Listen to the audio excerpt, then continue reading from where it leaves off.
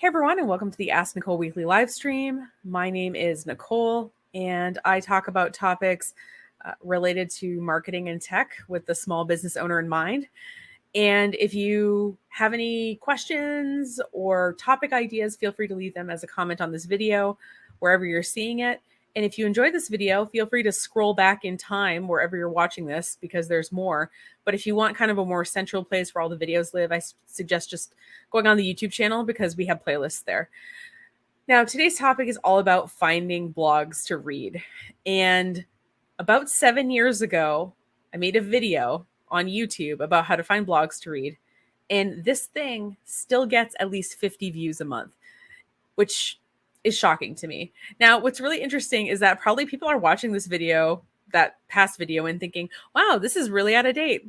And it's because it was recorded 7 years ago. And what I wanted to do was make a video about how we find blogs now. So I'm recording this at the end of 2021. So if you're watching this in 2021, 2022, maybe even in 2023, maybe this is still going to be applicable. So I'm going to give a few sources for if you kind of don't really know what you're looking for, but maybe have some topics in mind or general interests. And I'll give a couple of sources for if you have blogs you already write, like how to find ones that are like those blogs too. So my first place I'm going to recommend is Pinterest.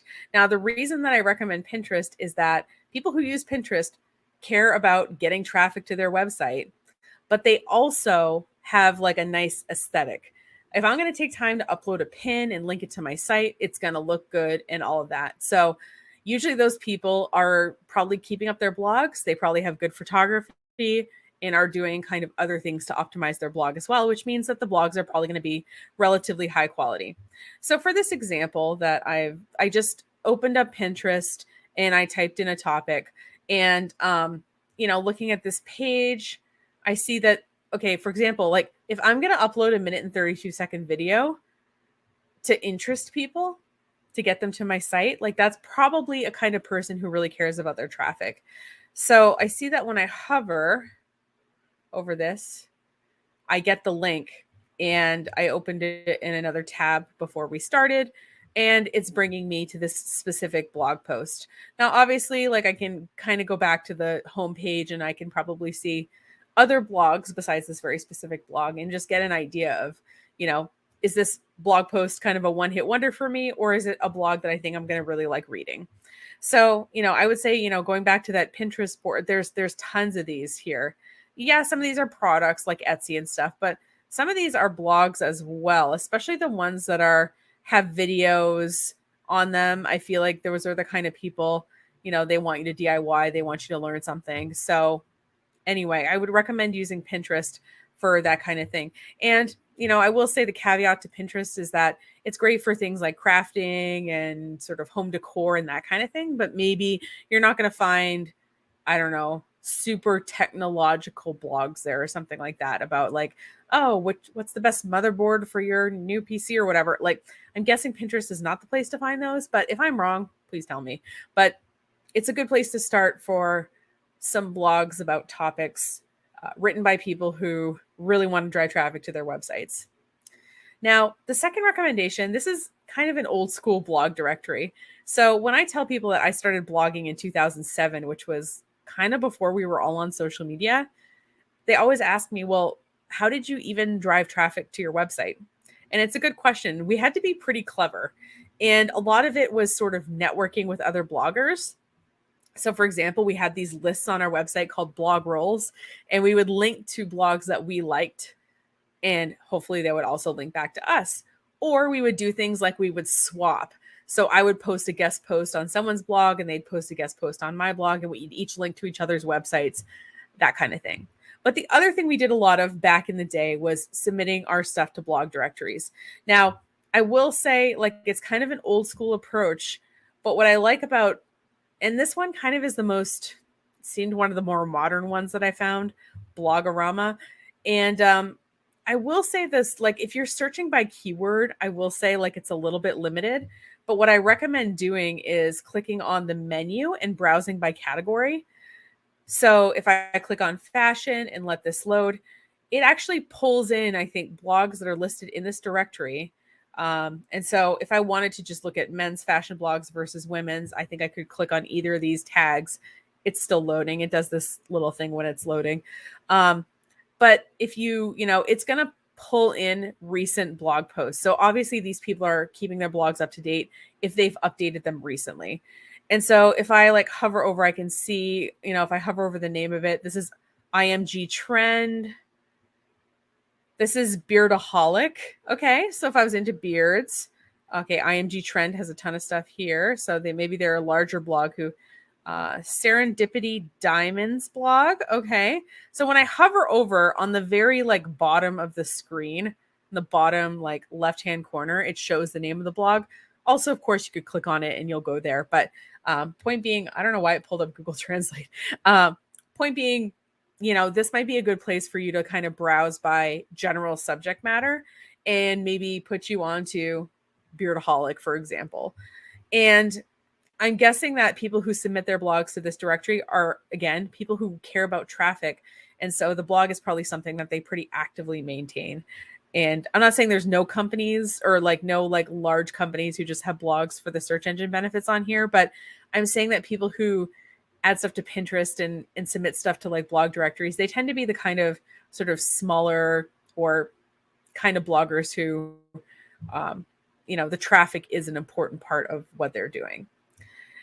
Now, if you're into kind of the Instagram influencer, celebrity gossip, or just general people who like to read blogs, if you're on Reddit, the Blog Snark community is a nice Reddit community that you can join. About once a week, they have an open thread that they're basically like, what are you reading? And people will like leave comments about the kinds of blog posts they're reading and what's interesting about them. So that can be a good way to like find new blogs as well. And then there are certain bloggers that each get their own thread every single week. So people can like comment on what they're doing and stuff like that. So if you're, into some of the, larger kind of Instagram influencers who have blogs kind of culture, there might be a specific thread for the blogger that you follow, but the open once a week threads that ask what people are reading are a good way to get some new blogs as well. So let's say, these last 3 suggestions have all been things for like, if sort of what you're looking for, but not really. These next 2 really help if you have the names of some websites in mind in particular.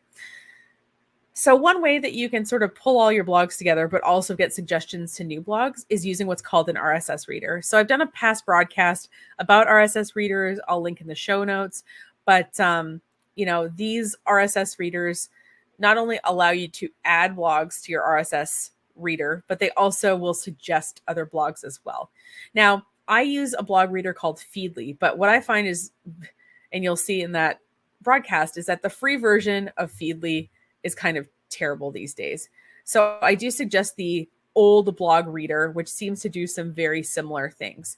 Now you can follow up to 100 blog feeds in the free version, and then the premium version is $3 a month. So when you start following a lot of stuff, they start making you pay. Now I've been using Feedly for so long that they've kind of grandfathered me in, and I've been using it for like 10 years. So I just haven't moved all my stuff yet. So I'm just showing this to you in Feedly, but I'm recommending if you want something free that seems to work as well, to use a different feed reader than this, but they all work very similarly. So I'm just going to use this for the example. So if I click follow new sources and I type in, so it's doing stuff by topic here, but I can also just type in the name of a blog as well. So let's say that I really like, okay, so let's just say I really like Wirecutter. It looks like there's 2. So let me click on this one.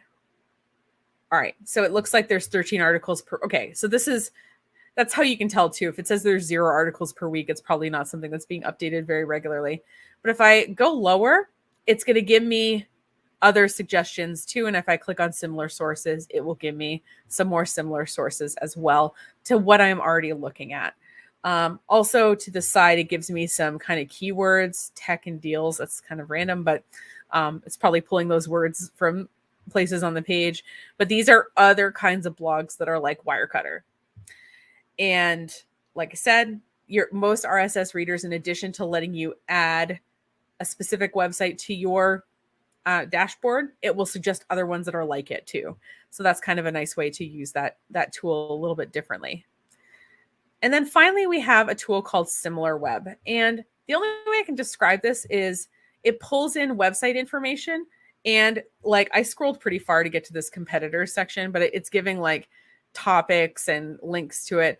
But if I go to the competitors and similar sites section of SimilarWeb after typing in the name of a blog, I typed in TechCrunch here, it's showing me that I have Gadget, Wired, VentureBeat. So it's giving me like some other suggestions as well here.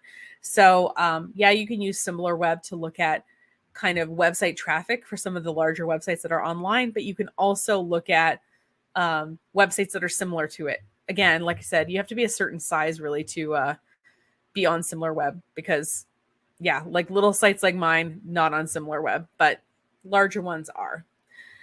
So I hope that between those sources, and that's the thing, you'll find a blog you like, and then maybe you'll see that they're linking to other blogs. It turns into this whole like, I don't know, research that builds up upon itself in a certain way. And when you follow the blogs for a while, it might be that you like them at first, and then you're kind of like, and so, just understand that you're going to have to read something for a little bit to decide whether it's your jam or not. And, I hope all these tools will give you at least some places to start. And if you don't want to overcrowd your email inbox with all of the newest blog posts coming in via email, you can use an RSS reader to kind of make the reading of things a little bit simpler. So that's how I find blogs to read. If you have other ways you find blogs to read, please leave them as a comment below. It might be interesting to see how other people approach this.